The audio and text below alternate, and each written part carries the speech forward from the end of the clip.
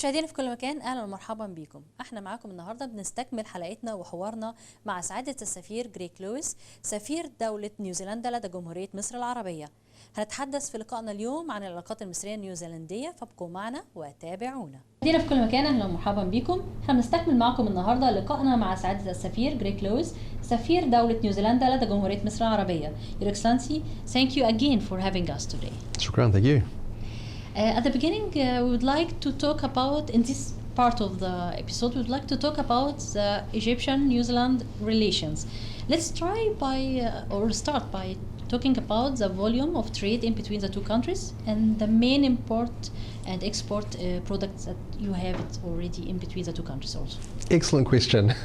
In fact, trade work is something which keeps the embassy very busy, both the New Zealand embassy here in Cairo and also the Egyptian embassy in Wellington. Both New Zealand and also Egypt, of course, are trading nations, and both countries are keen to see our trading relationship expand and to diversify and to strengthen. So in terms of our trade at the moment, bilateral trade is about $400 million. In terms of what New Zealand sends to Egypt, it's primarily dairy products. In fact, you can probably go into most supermarkets and find New Zealand butter and cheese on the shelves. So they're the main products that we send into Egypt. Products coming back from Egypt into New Zealand, there's ceramics and tiles and fertilizers and things, and increasingly Egyptian fruit.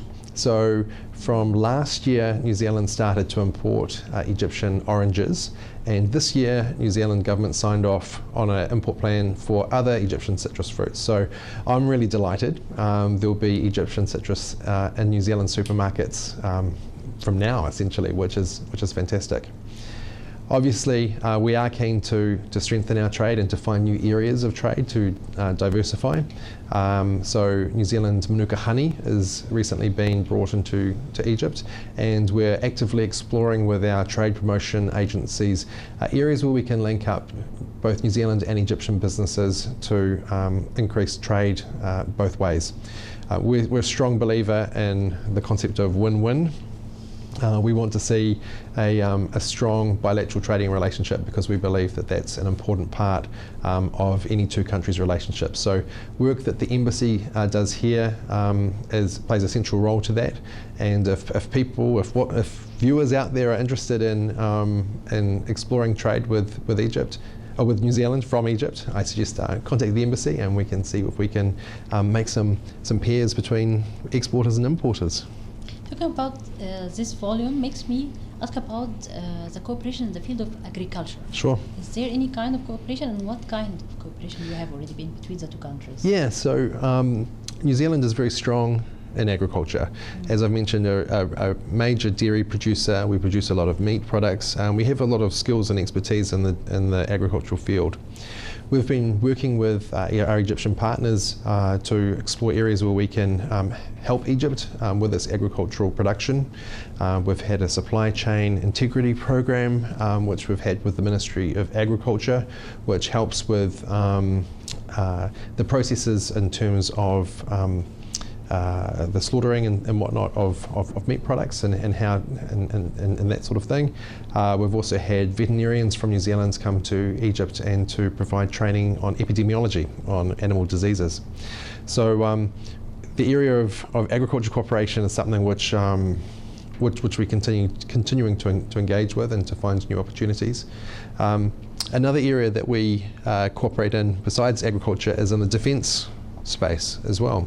So whilst we're geographically distant, I'm very, very pleased that we have 30 New Zealand Defence Force personnel stationed with the multinational force and observers in the Sinai. In fact, New Zealand currently has force command of those group of international soldiers. So we're very delighted that the Egyptian government has confidence in New Zealand's leadership of those troops. And it's something which we're very, very keen to continue with, and since we've been part of the force since 1982 when it was established, and it just reinforces, I guess, that peacekeeping, peace support role that both Egypt and New Zealand are so good at doing. In fact, just recently we had a program where we worked with the Triple CPA here in Cairo to provide training for Middle Eastern peacekeepers. So I think both New Zealand and Egypt, as good international citizens, are keen to ensure that peacekeeping missions are successful, and so it's these sorts of other areas of cooperation which often don't get quite as much attention as the agriculture, but I think equally as important. Talking about the peace, we'd like to know more about the volume of investment in between the two countries. How much it is now? Yeah, well, the challenge that we face is we don't keep accurate records in terms of how much investments are coming in. We do know of New Zealand companies that have invested in Egypt and have partnered with Egyptian companies as well. These are normally in areas such as dairy production or in the general sort of dairy sector. We think that's really important. One, it helps with exports from New Zealand. Secondly, it also creates jobs here in Egypt as well. I was down at GAFI recently and received a briefing along with many other ambassadors in terms of investment opportunities that are here in Egypt, right around the country. In fact, last month we held bilateral trade talks with Egypt. And so we had senior officials from New Zealand, senior officials from Egypt, who met virtually and were able to talk about both trade and investment. And so following on from those talks, there's a better understanding in terms of what's possible here in Egypt and where New Zealand investors might want to invest. So certainly a lot of potential, a lot of opportunity, and so yeah, a lot of work happening in that space. Your Excellency, we have been talking at the first episode about Egypt hosting the climate summit and the participation of the New Zealand in it. But I would like to ask Your Excellency about your opinion of the hydrogen projects in Egypt and also the solar energy. What can you say about it, and is there it might be investment in this field with Egypt?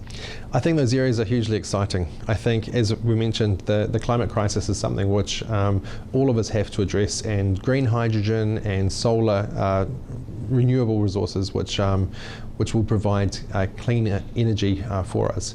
Now, I know Egypt's a very large population, and Egypt's energy demands are increasing. I think the country is very blessed, and I think as I have been down to the Banban solar farm in Upper Egypt and seen how amazing that is. I think those sorts of initiatives are exciting and really are the future, including for the exploitation of energy as well. In terms of New Zealand, we don't have as much sunshine as Egypt, unfortunately, but we do get a lot of rain, and so in terms of our energy, we tend to get it from our hydro lakes.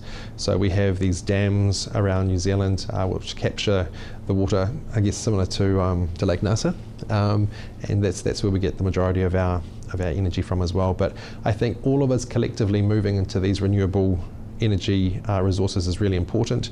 We need to move away from carbon-based fuel. We need to move away from the coal and things like that, which have just had an incredibly negative impact on our environment, and to ensure that moving forward we're as sustainable as possible, to ensure that the planet we pass on to future generations is as beautiful as it can be.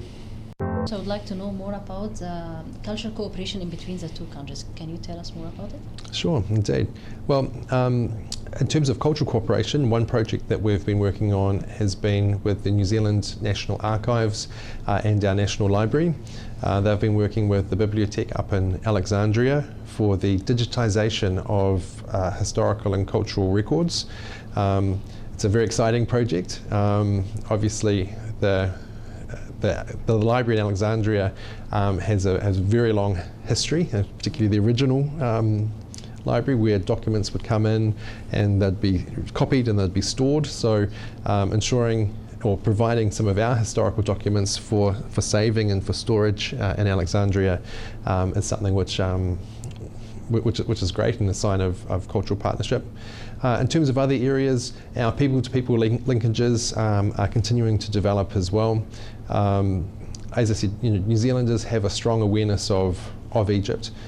They grow up with the stories of the place and always keen to come and visit. So it's those kind of things which I think are our strongest tool at the moment in terms of the cultural cooperation.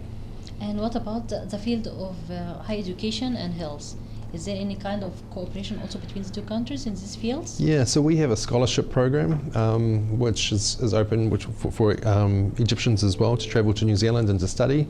So information on that is advertised annually when the scholarship round comes out. So that's something which is an area of education cooperation. I'd certainly like to see more engagement with our universities and Egyptian universities. I think there's a lot of opportunities there, and I think, as I know I've said it before, as we've come out of this pandemic, it's an opportunity to do a bit of a stock check and to reassess where things are at and to build more stronger connections in these spaces. I think New Zealand is quite unique from a lot of other Western countries in the education space, where of course we're a Pacific Islands country, where so that plays very, very deeply in terms of our culture and our way of doing things and our values. And I think there can be a lot of cooperation, particularly in the education and cultural spaces, to learn from each other and to take the best from each other. And what about the health cooperations? Is there any cooperation in the field of health? Health cooperation, we haven't had a lot of cooperation in previously. Obviously, during the pandemic, our health authorities were in contact, and I guess this is something which we can look at further. Yeah. Your Excellency, you already mentioned that it's not your first time here in Egypt. You have been in Egypt several times before, but this time, this is the fourth year for Your Excellency in Egypt. That's right. It makes me, of course, anxious to know what's the important and delighting tourist destination have you been here in Egypt, and what do you can say about it? The best tourist destinations in Egypt. That's a very hard question to answer, because obviously we're spoiled for choice for tourist destinations, and I don't want to say one over another in case I potentially offend some of my hosts in some of the cities. However, what I will say is I have been very privileged and very fortunate to travel right around Egypt. Aswan, Luxor, Siwa, Iskandariya, Sharm el-Sheikh, Dahab, Port Said, Ismailia. There's been a lot of places I've been able to travel to and to experience. I think some of the highlights for me, I remember going to the Jasmine Festival last year for the annual harvest of jasmine petals. I was unaware at the time, but Egypt produces, I think it's 60% of global jasmine oil, which during the harvest time you arrive in these villages and the air is just full of this beautiful fragrance. It's just absolutely stunning. So that's been a highlight. I had some social media success of travelling to Ismailia a few years ago to try the mangoes, which I still think are absolutely amazing, and the other places around Egypt with both the historical sites and things to see and do. However, the most important thing I think which attracts people is it's the Egyptian people. I think New Zealanders are generally open and friendly, and I think when they come to Egypt they experience that same thing as well. And so you can go anywhere, and if you're welcomed, you feel like you're at home, and I think that's really important, and that's a special memory I take with me. Did you have any visit, even for a blink, to the new Egyptian museum? Of course, it didn't open yet. It hasn't opened yet. There's some visits, and you can have it. I have visited the gem, the new museum. It was a while ago, and it's very impressive. I look forward to when it opens. I think it's going to be an amazing site. And we can say that New Zealand will be here when we have this opening? I'm sure. Yes, absolutely. Yeah. Your Excellency, also I would like to ask about the Egyptian cuisine. What do you think about the Egyptian cuisine, and if there are any similarities in between the Egyptian cuisine and New Zealand cuisine? Interesting question. Away from the butter? Yeah. So yes, there are similarities. In fact, I know the indigenous people of New Zealand, the Maori, they have a very similar cooking technique as some of the people in Upper Egypt. In New Zealand, we call it the hangi, and it involves digging a hole in the ground, building a fire, placing rocks on top of it, and having the fire burn down. The rocks are really hot, and then putting food on top and then burying it for a couple of hours. And I understand that's a traditional cooking method from Egypt it's too. More in the Arab world, not In the only in Egypt, in the Arab world as well, yeah. Saudi Arabia, for example, and things. And Jordan like this, as well. Jordan, yeah. So, but that's something which I think links, New Zealand, which is a country a long way away, with this part of the world too. In terms of Egyptian cuisines, I think you've been blessed with a lot of variety in your kitchen. For me, I'm a big fan of your ملوخية.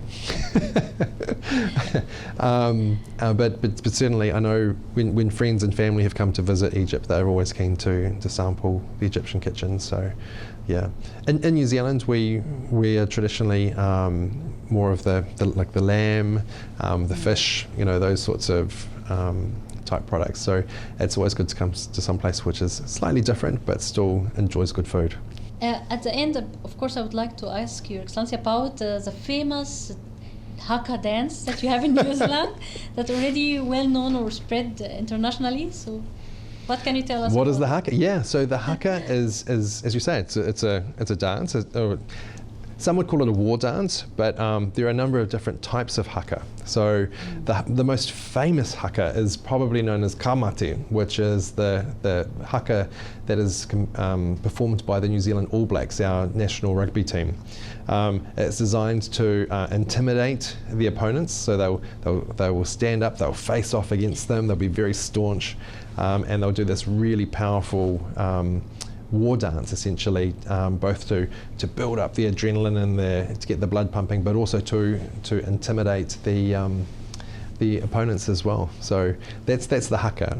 There's some great images on the internet of the haka, but when it's done, it can be quite intense. So yeah. We'll bring already shots for it for the Egyptian to see. Wonderful. To see and know what Your Excellency have been saying about it. Your Excellency, thank you so much for having us during these 2 episodes, and would like to thank you for your time. Thank you very much for having me today. I really appreciate it. شكرا. مشاهدينا في كل مكان، ومعكم تم ختام حلقتنا النهارده مع سعادة السفير جريك لويس، سفير دولة نيوزيلندا لدى جمهورية مصر العربية. تابعنا معكم في حلقة اليوم الحديث عن العلاقات المصرية النيوزيلندية، وبشكركم جدا لحسن متابعتكم لينا ولهذا الحديث الشيق، وشكرا وإلى اللقاء.